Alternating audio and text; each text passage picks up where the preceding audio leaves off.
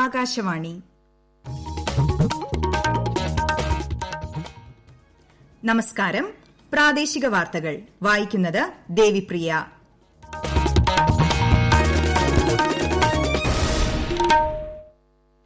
പ്രധാന വാർത്തകൾ.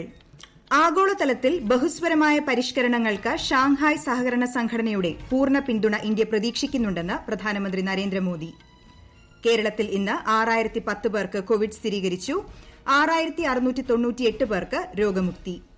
ബീഹാർ നിയമസഭാ തെരഞ്ഞെടുപ്പിന്റെ വോട്ടെണ്ണൽ പുരോഗമിക്കുന്നു. നിലവിൽ ഫലസൂചനകൾ എൻഡിഎയ്ക്ക് അനുകൂലം. കോതമംഗലം പള്ളി ഏറ്റെടുക്കുന്നതിൽ കാലതാമസം വരുത്തുന്നതിൽ സർക്കാരിന് ഹൈക്കോടതിയുടെ വിമർശനം. തദ്ദേശ സ്വയംഭരണ സ്ഥാപനങ്ങളിലേക്കുള്ള അന്തിമ വോട്ടർ പട്ടിക നാളെ പ്രസിദ്ധീകരിക്കും. ഐപിഎല്ലിൽ കലാശപ്പോരാട്ടം അല്പസമയത്തിനകം. മുംബൈ ഇന്ത്യൻസും ഡൽഹി ക്യാപിറ്റൽസും തമ്മിലാണ് മത്സരം. വാർത്തകൾ വിശദമായി. ആഗോളതലത്തിൽ ബഹുസ്വരമായ പരിഷ്കരണങ്ങൾക്ക് ഷാങ്ഹായ് സഹകരണ സംഘടനയുടെ പൂർണ്ണ പിന്തുണ ഇന്ത്യ പ്രതീക്ഷിക്കുന്നുണ്ടെന്ന് പ്രധാനമന്ത്രി നരേന്ദ്രമോദി. 20ാമത് ഷാങ്ഹായ് സഹകരണ ഉച്ചകോടിയെ വീഡിയോ കോൺഫറൻസിംഗിലൂടെ അഭിസംബോധന ചെയ്ത് സംസാരിക്കുകയായിരുന്നു അദ്ദേഹം. ഐക്യരാഷ്ട്ര സംഘടന രൂപീകരിച്ച് 75 വർഷങ്ങൾ കഴിഞ്ഞിട്ടും ഇതുവരെ അതിന്റെ അടിസ്ഥാന ലക്ഷ്യങ്ങൾ പൂർത്തിയാക്കിയിട്ടില്ല. മഹാമാരി മൂലം പ്രതിസന്ധിയിലായ ലോകരാഷ്ട്രങ്ങൾ ഐക്യരാഷ്ട്ര സംഘടനയുടെ സമ്പൂർണ്ണ പരിവർത്തനം ആഗ്രഹിക്കുന്നതായും പ്രധാനമന്ത്രി പറഞ്ഞു. റഷ്യൻ പ്രസിഡന്റ് വ്ളാഡിമിർ പുടിന്റെ അധ്യക്ഷതയിലാണ് ഷാങ്ഹായ് ഉച്ചകോടി നടക്കുന്നത്. ഇന്ത്യയ്ക്ക് പുറമെ പാകിസ്ഥാൻ, ചൈന ഉൾപ്പെടെ 8 അംഗരാജ്യങ്ങളിലെയും 4 നിരീക്ഷക രാജ്യങ്ങളുടെയും തലവന്മാർ ഉച്ചകോടിയിൽ പങ്കെടുക്കുന്നുണ്ട്. സംസ്ഥാനത്ത് ഇന്ന് 6010 പേർക്ക് കോവിഡ്-19 സ്ഥിരീകരിച്ചതായി ആരോഗ്യമന്ത്രി കെ ശൈലജ അറിയിച്ചു. 6698 പേർ ഇന്ന് രോഗമുക്തരായി.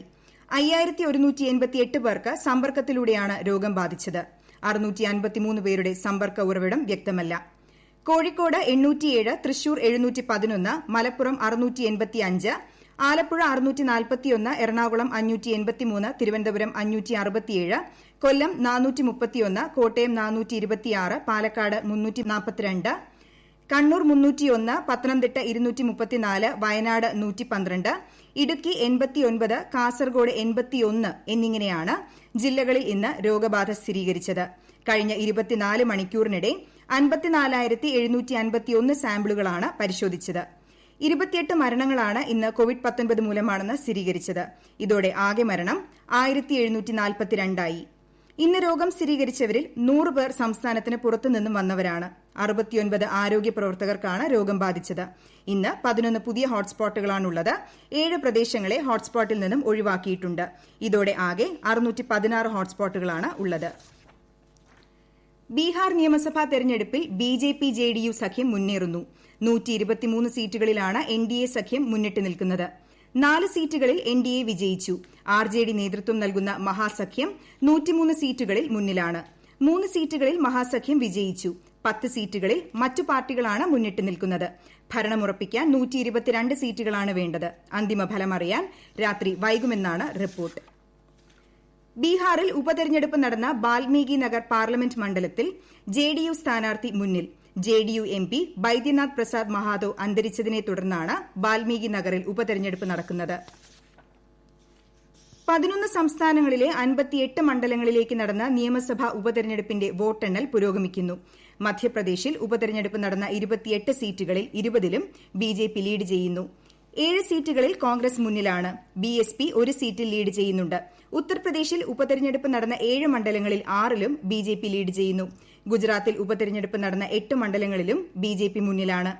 ഝാർഖണ്ഡിൽ 2 സീറ്റുകളിൽ ഒന്നിൽ ജെഎംഎം സ്ഥാനാർത്ഥിയും മറ്റൊന്നിൽ കോൺഗ്രസ് സ്ഥാനാർത്ഥിയും വിജയിച്ചു.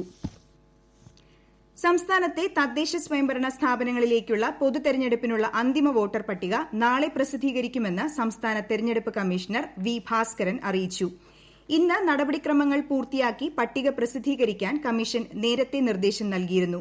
എന്നാൽ ഏതാനും തദ്ദേശ സ്ഥാപനങ്ങൾക്ക് നടപടികൾ പൂർത്തിയാക്കാൻ കാലതാമസം നേരിട്ടതിനാലാണ് ഒരു ദിവസം കൂടി സമയം അനുവദിച്ചത്. ആലപ്പുഴയിൽ എൽഡിഎഫിന്റെ ആദ്യ സ്ഥാനാർത്ഥി പട്ടിക പ്രഖ്യാപിച്ചു. ജില്ലാ പഞ്ചായത്തിലേക്കുള്ള സ്ഥാനാർത്ഥി പട്ടികയാണ് ഇന്ന് എൽഡിഎഫ് കൺവീനർ ആർ നാസർ പുറത്തിറക്കിയത്. യുഡിഎഫ് സ്ഥാനാർത്ഥി പട്ടികയ്ക്ക് അന്തിമ രൂപം നൽകാൻ കെപിസിസി പ്രസിഡന്റ് മുല്ലപ്പള്ളി രാമചന്ദ്രന്റെ നേതൃത്വത്തിൽ യോഗം ജില്ലാ കോൺഗ്രസ് കമ്മിറ്റി ഓഫീസിൽ നടന്നുവരികയാണ്. കോട്ടയം ജില്ലയിൽ തദ്ദേശ സ്വയംഭരണ തെരഞ്ഞെടുപ്പിനുള്ള ഒരുക്കങ്ങൾ പുരോഗമിക്കുന്നു. മുന്നണി സ്ഥാനാർത്ഥികളുടെ ചിത്രങ്ങൾ വ്യക്തമായതോടെ ജില്ല തെരഞ്ഞെടുപ്പ് ചൂടിലായി. വിശദാംശങ്ങളുമായി കോട്ടയത്ത് നിന്നും ആകാശവാണി പ്രതിനിധി ടോം മാത്യു. 1512 ജനപ്രതിനിധികളെ തെരഞ്ഞെടുക്കാൻ ജില്ല ഡിസംബർ 10 പോളിംഗ് ബൂത്തുകളിലെത്തും. ജില്ലാ പഞ്ചായത്തിലേക്ക് 22 അംഗങ്ങളെയും 11 ബ്ലോക്ക് പഞ്ചായത്തുകളിലേക്ക് 146 അംഗങ്ങളെയും തെരഞ്ഞെടുക്കും. 71 ഗ്രാമപഞ്ചായത്തുകളിലേക്ക് 1140 അംഗങ്ങളെയും 6 നഗരസഭകളിലേക്ക് 204 കൌൺസിലർമാരെയുമാണ് തെരഞ്ഞെടുക്കേണ്ടത്. 11 ബ്ലോക്ക് പഞ്ചായത്തുകളിൽ 9 എണ്ണത്തിൽ 13 ഡിവിഷനുകൾ വീതമാണുള്ളത്. കാഞ്ഞിരപ്പള്ളി ബ്ലോക്ക് പഞ്ചായത്തിൽ 15 ഡിവിഷനും പാമ്പാടിയിൽ 14 ഡിവിഷനുകളുമുണ്ട്. ഏറ്റവും കൂടുതൽ വാർഡുകൾ ഉള്ളത് കാഞ്ഞിരപ്പള്ളി, എരുമേലി, പനച്ചിക്കാട് ഗ്രാമപഞ്ചായത്തുകളിലാണ്, 23 വീതം. ഏറ്റവും കൂടുതൽ ഡിവിഷനുകളുള്ള നഗരസഭ കോട്ടയമാണ്, 52. വൈക്കത്തും പാലായിലും 26 വീതം ഡിവിഷനുകളേയുള്ളൂ. വോട്ടെടുപ്പിനായി ജില്ലയിലാകെ 2332 പോളിംഗ് ബൂത്തുകൾ സജ്ജമാക്കും. തദ്ദേശ സ്വയംഭരണ സ്ഥാപനങ്ങളിലേക്കുള്ള തെരഞ്ഞെടുപ്പിന്റെ വിജ്ഞാപനം പുറപ്പെടുവിക്കുന്നതോടെ നാളെ മുതൽ നാമനിർദ്ദേശ പത്രികകൾ സമർപ്പിക്കാം. ഈ മാസം 19 വരെയാണ് പത്രികകൾ സ്വീകരിക്കുന്നത്. ഈ വാർത്തകൾ ആകാശവാണിയിൽ നിന്ന്. കൊറോണ ആശങ്കയല്ല, ജാഗ്രതയാണ് വേണ്ടത്. കേന്ദ്ര ആരോഗ്യ മന്ത്രാലയം പുറപ്പെടുവിക്കുന്ന നിർദ്ദേശങ്ങൾ.